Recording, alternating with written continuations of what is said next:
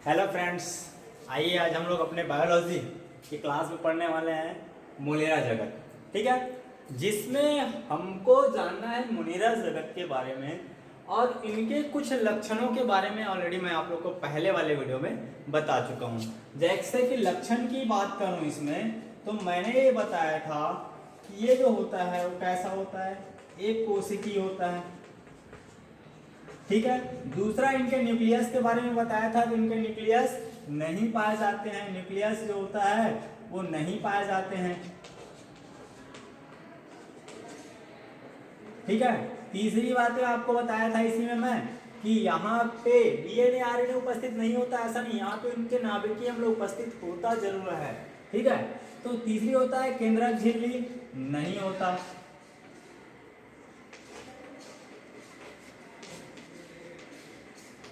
चौथा हमारी पॉइंट होता है यहाँ पे इनकी जो कोशिका जो इसकी जो सेल्स की जो भित्ति होती है, वह भित्ति जो होती है वो प्रोटीन या किसी अन्य पॉलीसेकेराइड्स के माध्यम से बना होता है। पॉलीसेकेराइड, सेल्यूलोस इत्यादि की इसकी जो भित्ति होती है वो बनी होती है। ठीक है, पांचवा हम इसकी फिर से आगे बात करें तो यह स्वाकोशी होता है, मैं बता चुका था ऑलरेडी।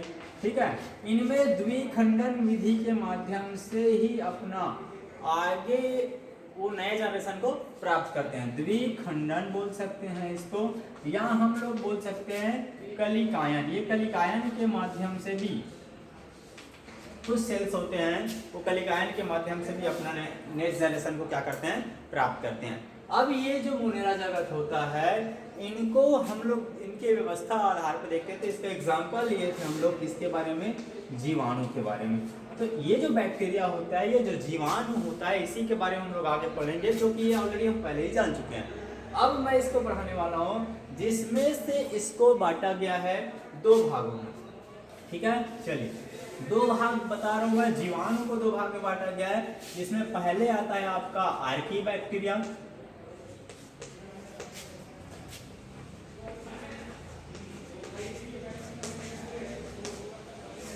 और दूसरा आता है यू बैक्टीरिया।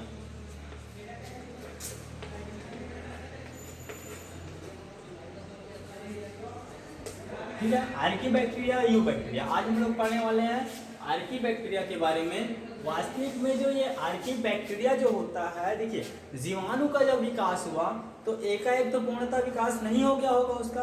तो इसने क्या किया कि प्रारंभिक में जब विकास हुआ, प्रारंभिक विकास की बात की तो ये संरचना अपनाई उसने, और जब उनका पूर्णतः विकास हो गया, बहुत ज्यादा विकास आई थी, तब इसको बोला गया यू बैक्टीरिया। तो हम इसको कह सकते हैं आर्की का मतलब प्रारंभिक वाला और यू बैक्टीरिया का मतलब पुराने वाला या जो विकसित है उनके बारे में।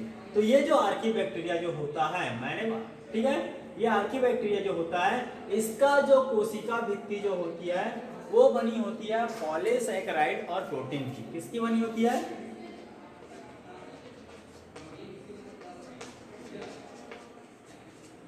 पॉलीसेकेराइड और प्रोटीन की बनी होती है। इसकी जो भित्ति जो होती है, सेल की भित्ति जो होती है, वो पॉलीसेकेराइड और किसकी बनी होती है? प्रोटीन की बनी होती है, हम इसको जानते हैं। और ये जो होता है वो प्रारंभिक स्तर पे अपना विकास करता है। ये जो स्थिति होता है, इनको फिर से तीन समूह में बांटा गया है। ये तीन समूह बड़ा अच्छा समूह। चलिए, पहला समूह होता है जिसको नाम दिया गया है मेथेनोजन।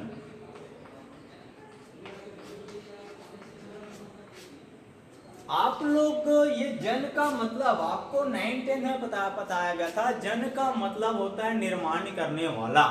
9 या 10 में हम लोग पढ़े थे, जैसे ऑक्सीजन है, तो ये जो ऑक्सीजन बनाने वाले जन है, जो निर्माणकारी पदार्थ के रूप में नाइट्रोजन जो हमारे वृद्धि कार्य के लिए है। ठीक है, तो ये जो स्थिति है वो निर्माण करने वाले के आधार पे होता है मेथेनोजन।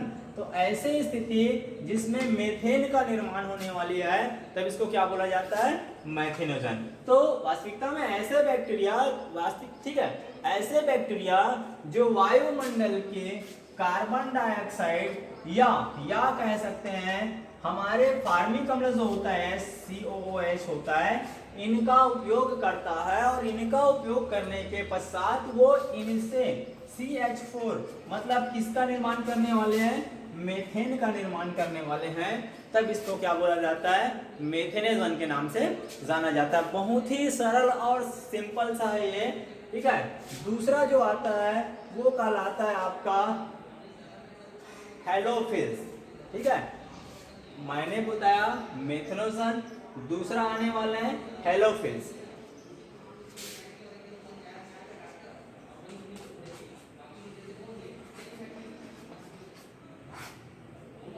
ठीक है, हैलोफिल्स बेटा हम पहले ही जानते हैं, हैलो का मतलब है आपके आवर्त सारणी जो होता है वहां से हैलोजन समूह से लिया गया है, और यही जो आवर्त सारणी का हैलोजन तत्व है जिसमें फ्लोरीन, क्लोरीन, ब्रोमीन, आयोडीन आता है, ये लवण का निर्माण करते हैं। बहुत जल्दी आपके किसका निर्माण करते हैं, लवण का निर्माण करते हैं।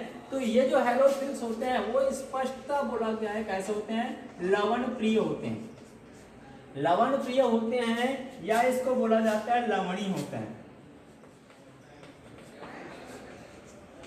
ठीक है, चलिए ये रहा आपका लवण प्रिय लवणी होता है। वास्तविक में ऐसे जो बैक्टीरिया होती है इसमें एक बैंगनी रंग का वर्णक पाया जाता है। वो बैंगनी रंग का वर्णक से ये जो बैक्टीरिया होते हैं वो क्या करते हैं, अपने स्वयं के लिए एटीपी का निर्माण कर लेते हैं, और इसी एटीपी का उपयोग अपने जीवन यापन के लिए करते हैं। हालांकि ये जो प्रोसीजर होता है इसमें एटीपी पैदा करते हैं। बैंगनी रंग का वर्णक मैं बता रहा हूं, इसमें बैंगनी, ये जो बैंगनी रंग का वर्णक होता है जिसका उपयोग करता है ये, ठीक है, ये हालांकि प्रकाश संश्लेषण जो होता है उससे थोड़ा सा अलग होता है। मैं ये नहीं कह रहा हूं कि प्रकाश संश्लेषण जैसा ही होता है और इसमें एटीपी का निर्माण होता है। ठीक है, चलिए तीसरा जिसकी बात करने वाला हूं मैं, तीसरा होता है थर्मो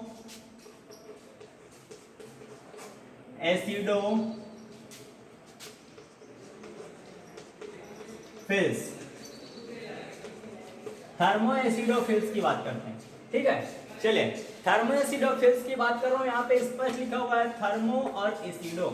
ये जो ऐसा श्रेणी है जिसमें ना तो वह गर्म तापमान से नष्ट होने वाला है और ना ही किससे नष्ट होने वाला है, एसिड से नष्ट होने वाला है। ठीक है, तो ऐसे आर्की बैक्टीरिया जो उच्च तापमान को भी सहन कर सकता है और अधिकाधिक एसिड स्थिति को भी क्या कर सकता है, सहन कर सकता है। ठीक है, तो ये जो होता है वो H2SO4 जिसको हम लोग गंधकाम्ल बोलते हैं,